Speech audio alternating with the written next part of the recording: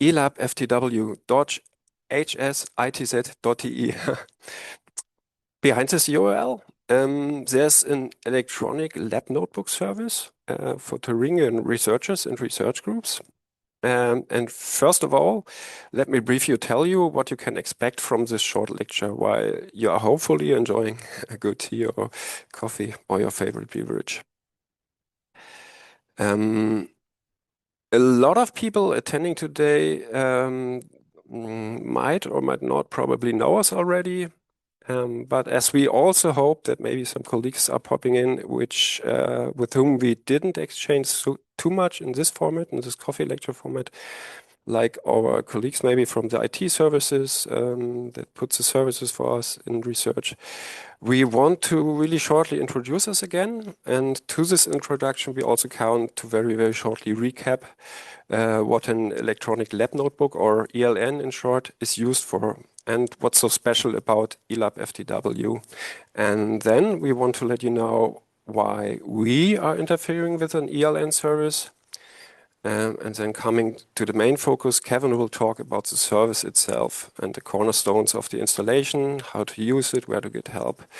We are not going to have a software demo today, so I hope you're not going to be disappointed by that. To round off, we will add some hints how you could proceed after this oversight, and we want to, So let me first tell you who we are. Some of the faces that you are seeing here on the right are not in the office for the RDM mission anymore, RDM for Research Data Management, as for instance, the FDM HOG project at the Universities of Applied Sciences came to its end. But by the time that Kevin and me have been sent out to the Thuringian research world, after the end of the year 22, they had been, and for most of the time ever since they had been. Like our colleague, for instance, Jérôme from the Erfurt UAS, he's the second from the lower right corner, or at the 4 o'clock position. So first, who are these guys on the picture? The TKFDM is a distributed team of RDM help desks. And the term team here means we are really working together on a daily basis.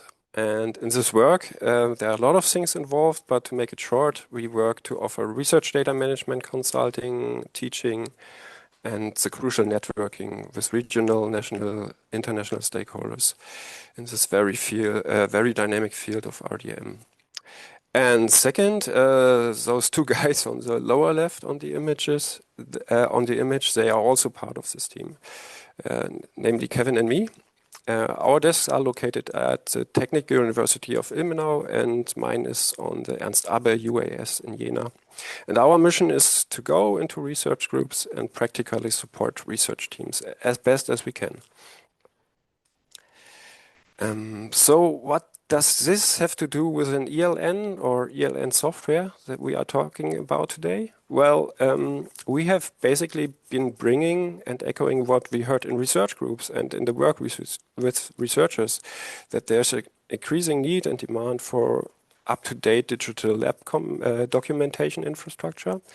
So we were very happy to find open doors and partnered with the IT Center of the Thuringian University and UAS, the Hochschule IT-Zentrum, or HS-ITZ, and on the other hand, the former Kompetenzzentrum Digital Research at Uni Jena, the CDIF. And we collaborated, lastly, to establish an ELN services for all Thuringian researchers. I use the term ELN sometimes now, a few times, or electronic lab notebook, want to mention it again. So let me please say a few words what I'm referring to.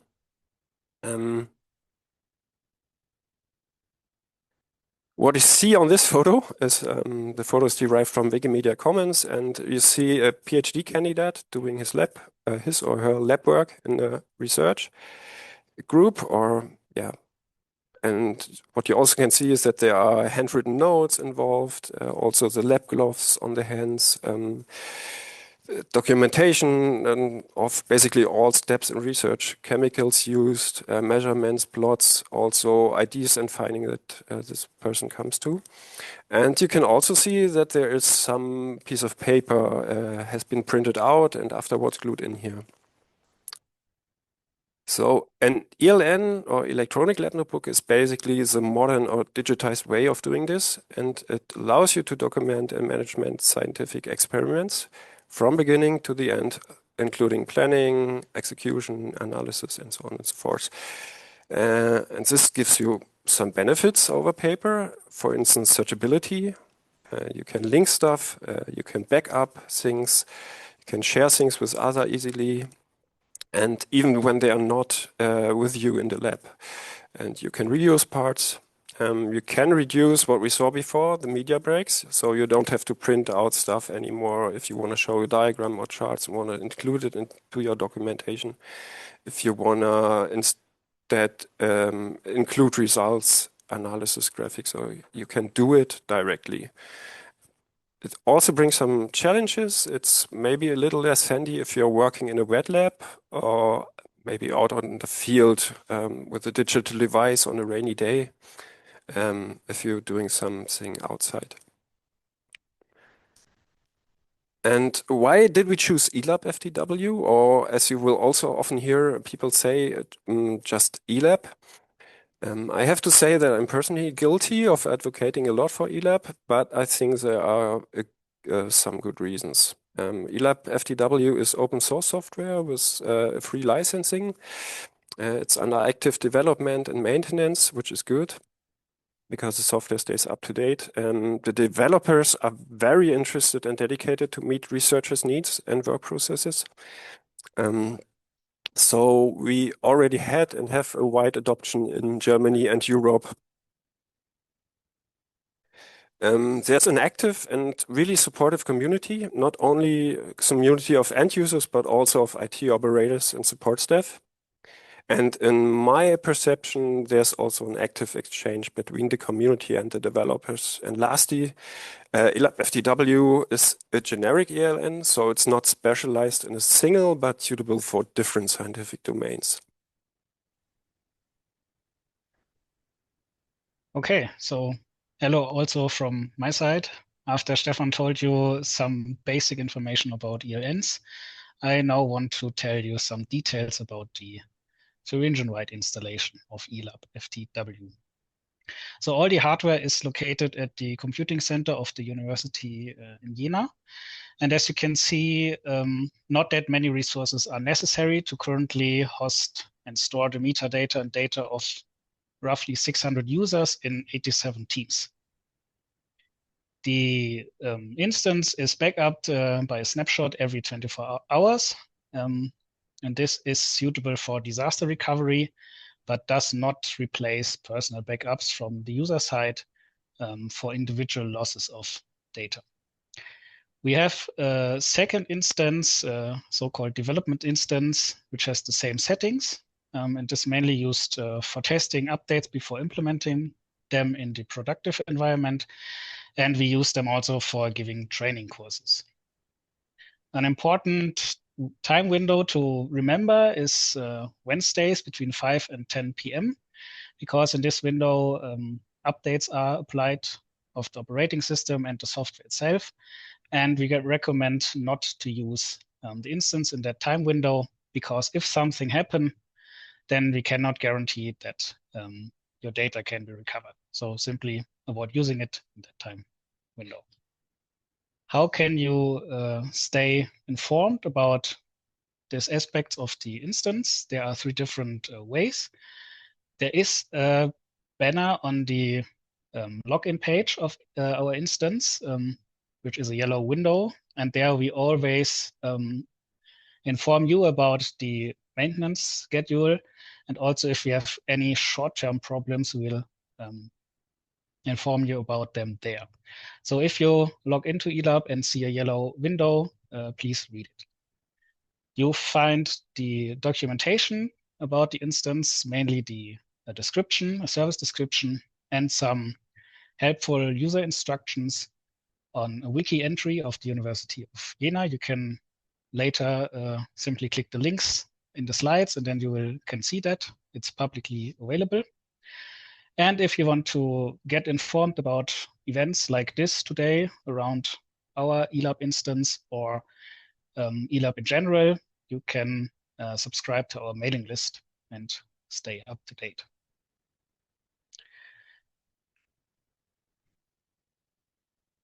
So how can you use ELAB FDW provided by the HS-ITZ? You simply need a university account of your university. Currently, there are 5 universities already able to use their login, as you can see in the screenshot.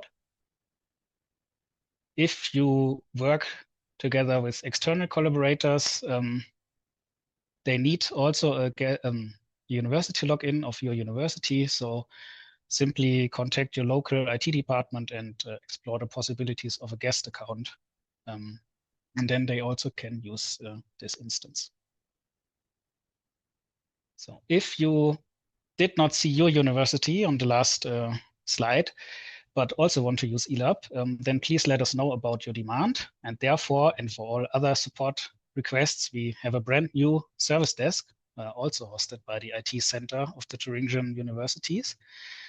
You find the link directly on the slide. And this is a single platform where we collect all requests from the user side and can then process them in a cross-institutional team consisting of the service admins, as data stewards, and your local contact persons. You need to log in to the service desk to use it, which means if you are part or a member of the university in Jena, you can simply use your university account. But if you are part of another university, so as am I, we have to self-register an account, which only takes less than a minute. And then we can also use this and ask for support with our problems, which can, for example, be that we want to create a team or modify the team name, or we already use ELAB hosted by a different provider and now want to switch to this instance. We can also start the process there, and all questions, problems which arise in the daily usage of ELAB, you can also ask for help there. But of course, when you will use ELAB, the first person you will contact or will most often contact is the administrator of your team, because he knows the team-specific settings in your team and also will know a lot about the ELAB functionalities after he used it for a while. Speaking of team admins, I want to tell you something how the general structure and organization of collaboration is in ELAB FDW. So we are all part of one large instance, which means there is no distinction between our universities. Then ELAB is organized in teams. And usually a team is a research group. As you can see, a team consists of its team members and at least one team administrator, which controls team-specific settings. You can then use the bundling in a team to share your entries with your colleagues in that team using the view and write permissions. And you also can share them with the whole instance if you like that, but you are not only restricted to the team or to all. You can also use the functionality called user groups, which bundles different people into a group, which then can be used to give access permissions. This comes in handy if you are part of a large team, which has several sub-departments, or if you are engaged in a collaborative project, which includes members of different teams. So how do you become part of such a team? So first of all, the team has to exist. And if it not already exists, it has to be created, which, as already told you before, you can start by using the service desk. You need to provide a name for your team and the name and email of your team administrator. And then the service admins will create their team and add the university prefix, university abbreviation as prefix to the team name, which eases the selection of teams later on because you will be presented a list of all teams, and then it's easier to find your team if you already can filter by your university. After the team is created, you simply log in the instance, and then there are two ways how you can become part of a team. The first way is the case where you are not part of a team yet. Yeah, there you see it. Then after login, you will be presented that list of teams, and you have to select your team. Then the administrator of that team gets a notification that you want to join that team, and he can accept your request or reject it. After he accepted your request, you simply have to log in again, and then you are automatically part of that team choose. The second way is comes into play when you are already part of a team, because then you don't see this team selection window anymore. And in this case, the team administrator of the second team, which you now want to become part of, has to manually add you to the team. After he or she had done this, again, at the next login, you will be presented with a window where you can choose between all teams you are part of. So I already, if you are not part of a team and nobody else in your working group is using ELAB FTW, and you also don't want to create a team only for yourself, so start a research group, which is possible. We have a team which is called Without Team Yet. You can join this team and will be accepted by the team administrators. And you can use it productively if you like so, or explore the functionalities of ELAB FTW. But you have to pay extra attention to the permissions you set to your entries, because in this team, every single user, independent of the university or institution, can be part of, and so you maybe don't want to share all of your entries with your team members. So simply pay attention to that. Speaking about teams a lot, and especially team administrators, I want also to list the main tasks of a team administrator here for you. As already mentioned before, a team administrator will become the first contact person for questions from their fellow team members. He or she has to validate or add new users, and also if members of your team leave the team, has to archive them. Furthermore, you are responsible for the team-specific settings, which you have to manage, and this can include the creation and then afterwards the curation of different functionalities like available tags, categories, or status. Maybe you are forced to create templates because only you have the right, and you can manage and you have to manage the user groups of a team. Okay, coming slightly to the end of our talk, I want to give you some tips if you think about implementing ELAB FTW in your research group, and maybe some thoughts you need to think through before you do so. You learned that the team administrator is an important role, and you have to have at least one in your team. We recommend to having 2 team administrators to share the workload and replace each other during vacation times. And this is an ongoing task which requires some time. So the person who is appointed to be a team administrator should be allowed to allocate time for this task and should have, in the best case, a permanent position. Before you start using ELAB and try to digitalize your workflows, it is very helpful to firstly think about your current workflows and write them down. And then in a second step, try to implement them in ELAB FTW. It turns out that doing both steps in one step often is confusing because you are thinking about your workflows and on the other hand, directly considering the options in ELAB FTW. I already mentioned that the team administrator can set some setting specific for their team. And you should, before doing that, think about it, discuss this in your group, and decide about an initial setup. To start with, here I want to say that maximum flexibility is not always the best choice, because if you restrict some functionalities to only team administrators, yes, you increase the workload for your team administrators, but decrease the workload for your team members. So it's basically thinking about who has to do what in your team.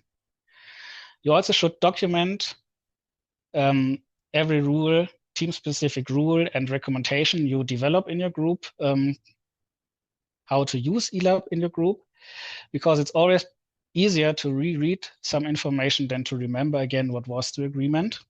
And you can ease yourself the process of onboarding new team members. And of course, this has to be or should be modified with all the experience you made and the feedback you get from your team members and fellow team administrators. And last but not least, use the template function of ELAB to share the workload. If you have standard experiments, create a template which can be used by everyone in your team, so that not everyone in your team has to create the same experiment or resource again and again. So that was the quick overview about our instance and some tips about implementing ELAB in your group. How can you go further? Here we have listed some useful resources for you. Of course, there's the user and admin guide from the developer of the software, DataBlot, which is the primary source and most up-to-date. We also can recommend the guides from the Technical University in Graz, which are quite quick in updating them to new ELAB versions, and you get a very good impression about all the functionalities available to you. There's also a material collection about electronic lab notebooks in general, which is maintained by the community in Germany. And it's not only for ELAB FDW, but also other electronic lab notebooks, but you will find material there useful to you, like, for example, a team admin guide from the University of Münster, which you use as inspiration to develop the guide for your team admins. And last year, we had the pleasure to welcome Christina Rabatovina at the Research Data Management Days, where she introduced the usage of ELAB FDW in her group, which is the group of Professor Schneiderwind at the University of Jena. And you can find her presentation slides. You can view their self-developed internal guideline on how to use ELAB FDW, and even their default template they mainly use for their experiments. So it's a possibility to get, again, inspired how other people use ELAB and how you can use it. At the end, I want to say that there is not one single way in using ELAB, but there are many ways. And you should see how you can use the functionalities of ELAB to suit your workflows, and not how you need to change your workflows to make them fit into ELAB. It's a tool which should suit your workflow and not the other way around. So it's Love Data Week. So there are few things happening, and a lot of them in this week. This also counts for stuff around ELAB FDW and application. Tomorrow, for instance, at Thursday, 11 o'clock, Uni Würzburg is offering insights from practice with ELAB. It's going to be online, and it's going to take around about 30 minutes. So maybe this is already a good occasion. Then there is another topic, the API, which is a way to interact with ELAB FDW through code and scripts instead of using a web browser. And this is going to be approached in a workshop from the Rhine-Main universities. Mustafa from ELAB FDW, who's a developer at Deltaplot, is going to give this session together with Hüseyin Yusun from Frankfurt, who's quite familiar in the ELAB FTW community here. And this is also going to take place tomorrow at 2 p.m. And I really want to go there myself. And then there's some pearls coming up offered by us at the TKFDM. If you, by casuality, happen to be a PI at Uni Jena, you are lucky, because then you can access the course given tomorrow offered by tomorrow by Cora and Annette. If you are no PI, maybe still researcher at Uni Jena, let your PI know. This is going to be online. It's going to take 90 minutes roundabout, and it's worth it because you know what funders say, no RDM, no money. Then there's another very beautiful announcement from February 15th. You can turn in your dataset publication again this year, because we are looking for the Thuringian research dataset that follows the FAIR principles in the best way once again. And it's going to be open for contributions after Love Data Week, so next week. I said again, it is starting from 15th of February. In May, we are going to offer 2 days of 4 hours each of training on RDM basics. And it's going to be open for all researchers in Thuringia. And one thing to mention here is that we only have limited spots. So make sure to stay posted and to reserve your spot in time. And Kevin and me had the pleasure to host today's last episode in this coffee lecture series for you, but a new one is also coming, and it's coming in a summer semester. The motto is going to be best practices in RDM, and you can expect some episodes in German, some in English. We are really looking forward to have you there again. We can keep your heads up if you subscribe to our RDM Thuringia mailing list, and probably you can also find the link in the chat now or soon. And now, after the advertisement, it's my pleasure to thank you very much again for having us in your coffee break.